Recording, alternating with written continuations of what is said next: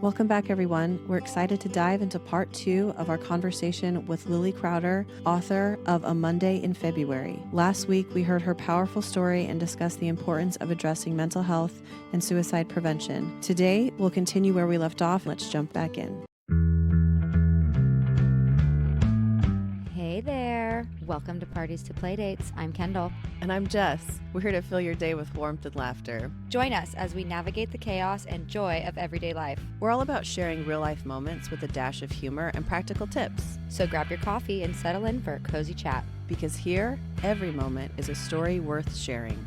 No topic is off limit. And every listener is a friend. Let's get this party started.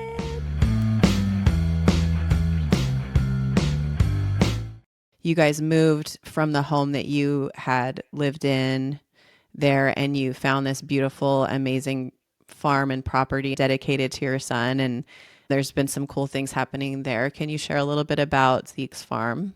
Yeah. So after Ezekiel died,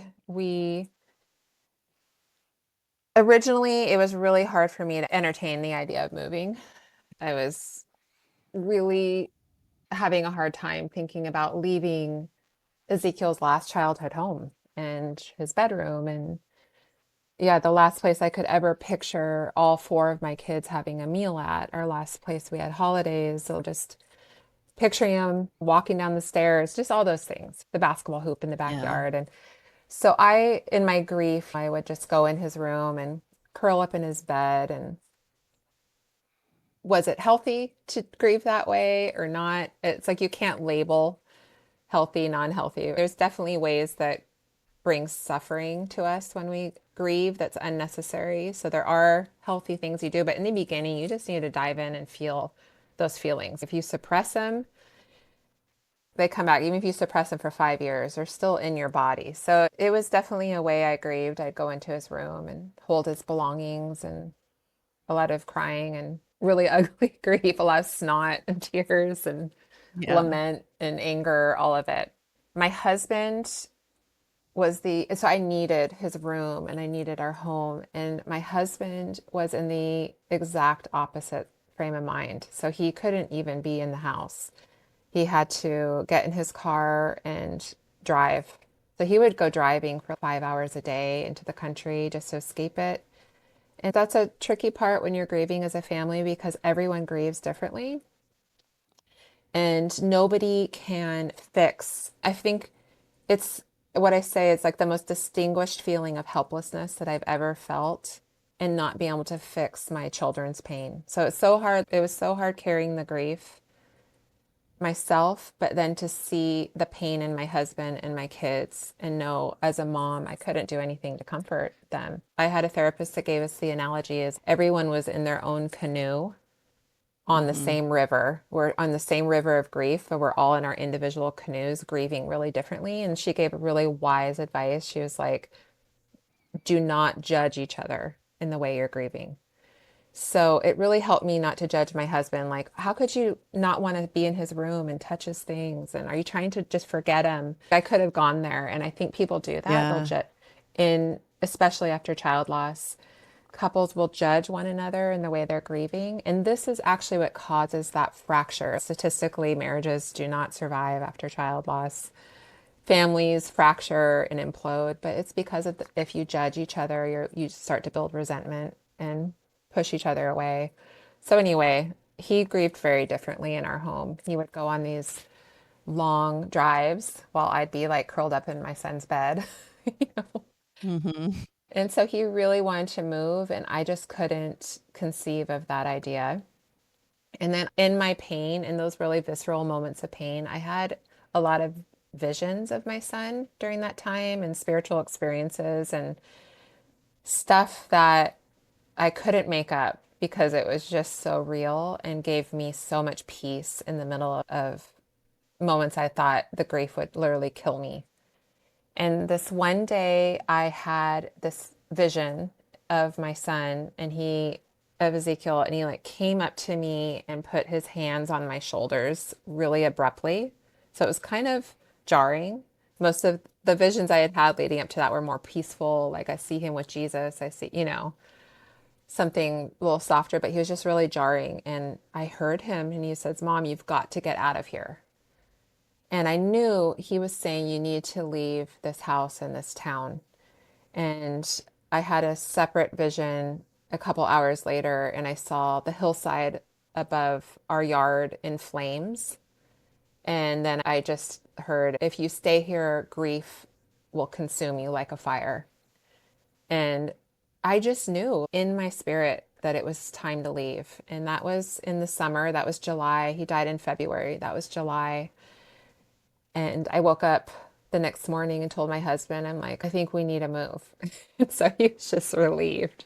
And Yeah. so, yeah, we always talked about moving out to the country, leaving the burbs after Ezekiel graduated. He was our last fledgling. So it was premature, but we went online and pulled up property that was for sale and went and looked at one property, and it was so depressing setting foot on it. And I just was like, I couldn't do this place. It was really, really tough. And then I found this other property, and it took us out to this beautiful country, down this country road. It's out by all these vineyards. Oregon has a lot of vineyards, and I can't explain it, but the minute I got out of my car and set foot on the property, there was peace that just came out over my body. And yeah, I write about it in my book, but my husband talks about how the whole countenance on my face changed that Wow.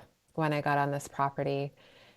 And yeah, I walked around the corner and there was like this lavender patch that they had grown. The couple before us had planted this huge, like 200 bush lavender patch, and the views were beautiful. And so I was like, gosh, I want to live here. I just felt it. And that very week, another couple had put an offer in on the place. And so they let us know that somebody had put an offer in. I was like, wow, I guess we have to put an offer in. So we did. They accepted our offer. Long story short, our house in the suburbs sold, and we were living at this farm at Zeke's farm a month later. So in August, we moved in. Wow. Yeah, and there was a lot of accelerated grief with moving and packing up Ezekiel's things and leaving his town that he grew up in. And our older kids were on board. We had taken them out Hmm. to see the property. So everybody was on the same page with it. So it's definitely tough. It was rough doing the move, but it's been such a cocoon for our family to heal in. And we didn't mean to memorialize. Part of the way we memorialized Ezekiel was this farm and naming it after him. It just organically evolved, and it's so him. I can just feel him in it. And I can feel my mom too, who passed away three years before him. And it's really humorous. And we just started accumulating animals. We got goats and donkeys, and it's just funny dynamic going on here because we have no idea what we're doing, and we just have all these crazy hooved animals and cats, like cats that honestly have the best sense of humor. And then we got gifted a golden retriever and bred her with another dog, and we had 7 golden retriever puppies running around. There's this little piece of heaven, and the lavender and the views. It's just this beautiful place. And one day, Ezekiel's girlfriend, Olivia, came out to visit us. We're really good friends with her. And she was like, you guys need to just call this Zeke's farm. And that's what we did. We made this big farm sign and labeled it Zeke's farm. And then I was like, what am I going to do with all this lavender? So I started making lavender products and distilling it and into lavender essential oil and all things lavender. And we named it Zeke's Farm and started an online store and just used the proceeds to um, do nonprofits. We have a home in India and a home in the Philippines. We don't make really any money off the lavender products, but Yeah. it's something to support feeding our animals. And it's just been this oasis for other people to come and heal at too. Ezekiel's friends will come out here. They put a cross that they had made for him on the property, and we've had barbecues and pizza nights out here with his friends, and other people that are have experienced child loss have come out here to be with the animals. And I can't describe it, but it is so heavenly here. And everyone that sets foot on the property feels it. It's really special. Yeah.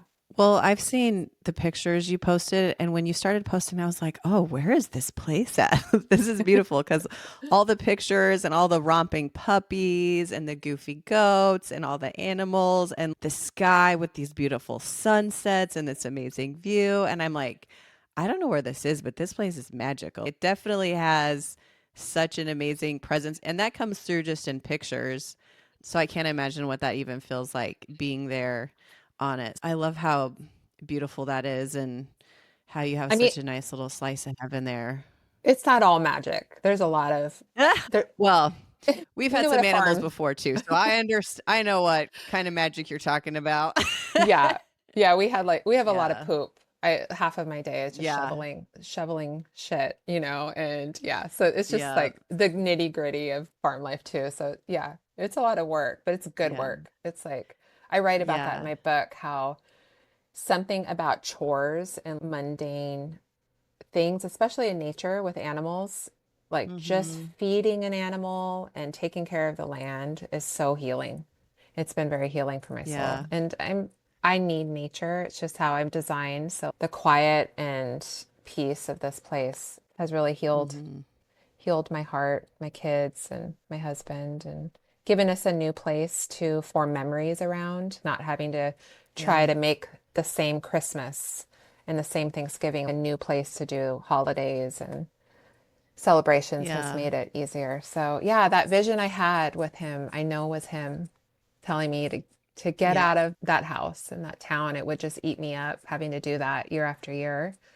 Drive by his school, Yeah. drive by the cemetery that he's buried at, drive by the football field that he played at every day. I think it was just too much. So, yeah, it's just like Yeah. a gift. Well, and like you said, with child loss, a lot of times couples don't make it out. And I thought that's a really important part of understanding how people grieve and that you can't change it and you can't fix them, and how you really have to give people a lot of room to just do what they need to do to experience that and to work through what they're doing. I feel like that's something I've been fortunate enough not to lose a lot of people that are super close to me, but I've had other friends that have had extreme losses, and I can see how there could be a tension there and there could be a resentment that's built. And so I love that you included that in your book because it's a really important message when you're interacting with people that have experienced those kind of situations, and just the way that you talk about how people came around you to walk you through different things and being around and being helpful in different ways and what that looks like. I feel like gave me so many tools to have for when I have friends that encounter something like that, that I feel like I can be a better friend to those people that are experiencing terrible things. Yeah, even in parenthood, the way I know your heart, even for sharing stories here on your podcast, is to talk about what it's like to be a mom of teenagers and then share that maybe with the moms who have preschoolers now. And yeah, this we need community. It takes a village, and we have such a individualistic society where everyone's trying to go at it alone. And we're not designed for that, especially women. Like they used to go out and do laundry together in groups and probably compare notes about their kids and their husbands and not feel so alone. And now we have all these isolated parents thinking they're flawed because their kids are having trouble. And it's just normal. It's just this stuff is meant to be shared in community, and you don't know how to do it. It's arrogant to think that I was going to have all the tools I needed for my kids and figure that out on my own. I need the wisdom of people that have gone through hard things and made it out. So, yeah, there's been every parent that's lost a child has been able to share their healing and their grief. I'm so grateful. I just can't, I couldn't have done it alone. And then to honor the parents that have lost kids to suicide, say 20 years ago when it was still stigmatized and not talked about, and our churches and our Hmm. religious leaders said that their children were going to hell.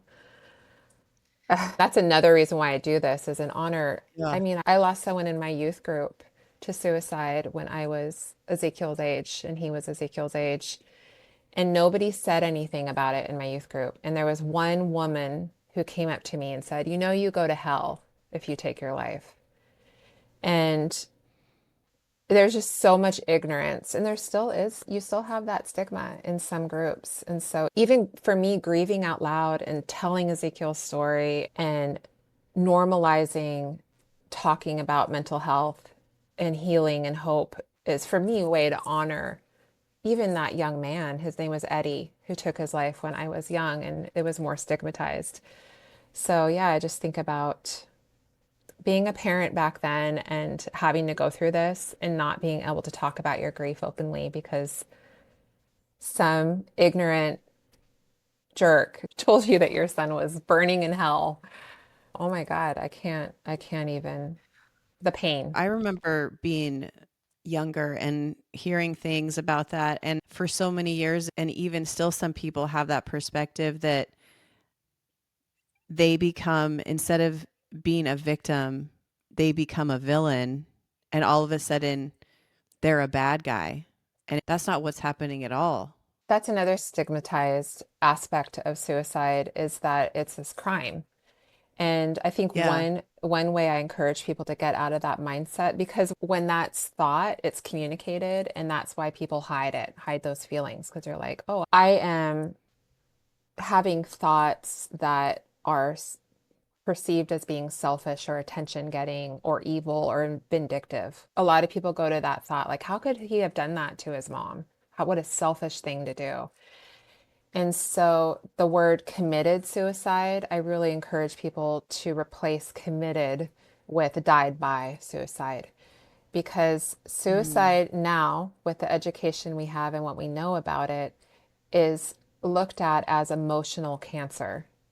It's intrusive, and it's the result of a lot of things, never one thing, but a lot of things that can cause someone's mind to become ill, depression, a head injury, just the intrusive thoughts of it, our culture. There's so many things that can cause someone's mind to get sick and harbor those thoughts, but it's involuntary.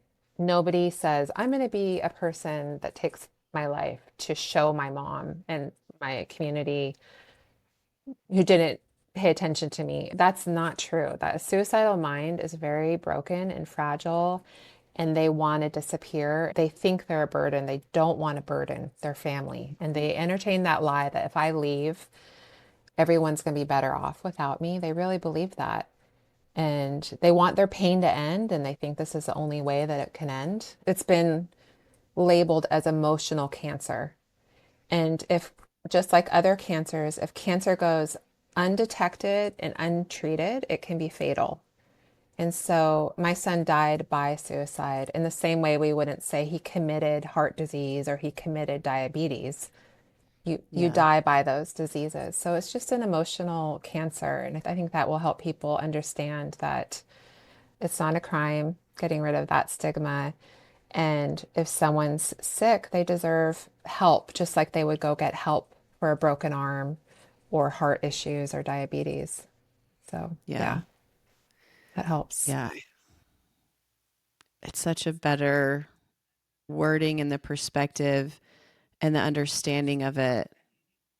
Just in those few things helps direct people to understand how to communicate with people and how the prevention side of it can work, because you're understanding like, oh, this isn't just one thing that happened. This is a buildup of things. This is a lot of things leading up to this. This is something that can be prevented. This is something that can be addressed before it's too late. That's super powerful. And that was a part too that I appreciated that you shared in your book, that I've never heard that before. I haven't heard people talk about that before, but it is true. Yeah, So totally. powerful. And if, yeah, anyone listening if you've been in that place, nobody quite understands what it's like to be in that place unless they've been there. So yeah, Hmm. even people listening who've been in that place or walked somebody through that, they understand that. It's like they know what that's like to just have those uncontrollable feelings and thoughts that they wish weren't there. But there's just help. It's okay to ask for help for this type of sickness, and keep normalizing, reminding people that if your mind is sick, here's some signs to recognize that, and there's help. In the same way, Mhm. like if your kid had a knee injury at football, you would take him to the physical therapist and get him help. And so, yeah, if your kid's showing signs of being emotionally ill, there's help. Just got to get him some help or her. So, Yeah, yeah. I love that. Hmm. Well, I appreciate all of your beautiful stories and everything that you shared in your book. We always end our episodes with a recipe or dinner idea. And I mentioned this to you if you wanted to share one of Ezekiel's favorite meals or something that he used to make that he absolutely loved. Okay. Well, he loved food. He was a big lineman, football player, and food was his love language. One of his. There really wasn't anything he hated except when I made salmon. And I just remember picking him up from football and him being like, "What's for dinner?" I'm like, "I made salmon." We lived in Alaska for a time and he would just be like, "Oh my God."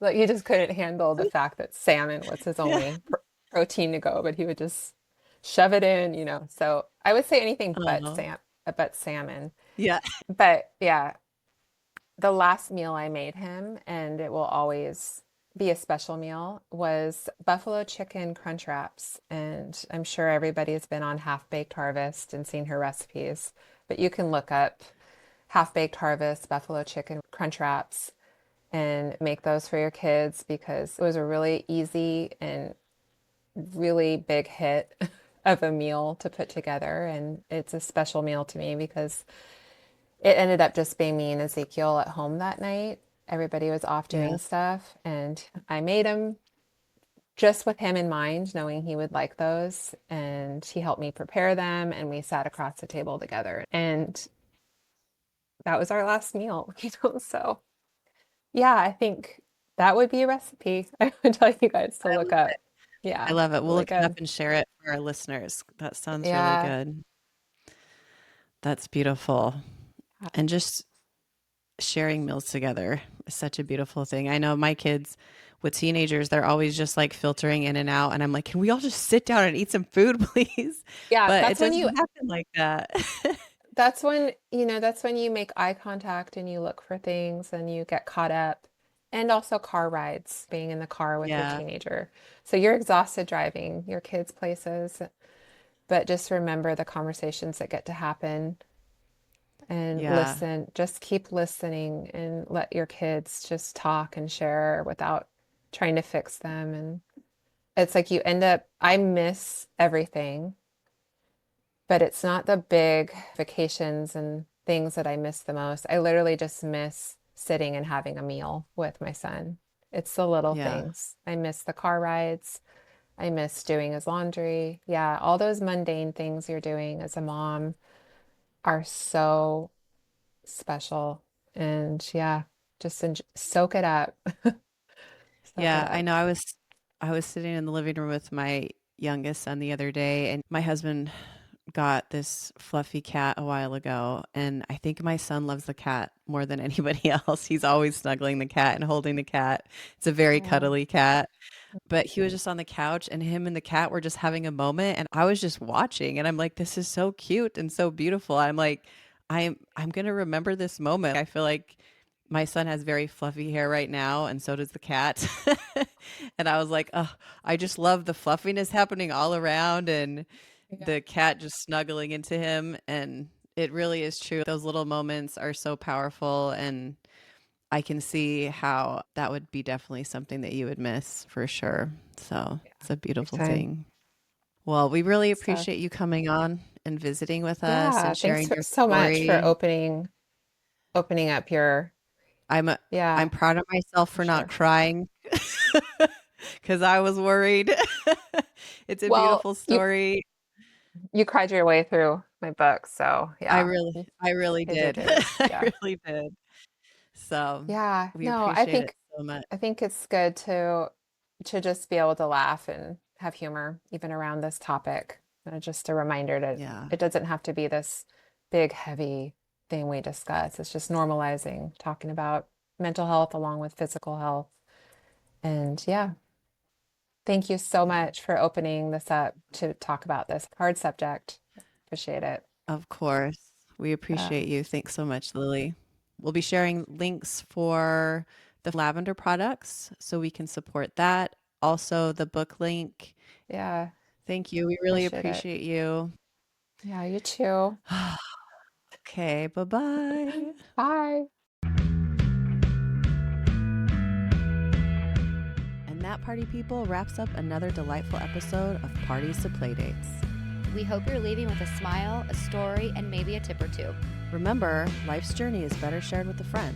And we're so grateful to be part of yours. If you enjoyed today's chat, don't forget to rate and subscribe to our show. Your support keeps our community growing and our stories flowing. We want to hear from you. Please send us your thoughts, ideas, and questions to partiestoplaydates@gmail.com. You can also find us on Instagram, Facebook, and TikTok at Parties to Playdates. Until next time, keep embracing the chaos and finding the joy. Take care and stay connected, party people. Bye for now, and don't forget to laugh a little extra today. Bye.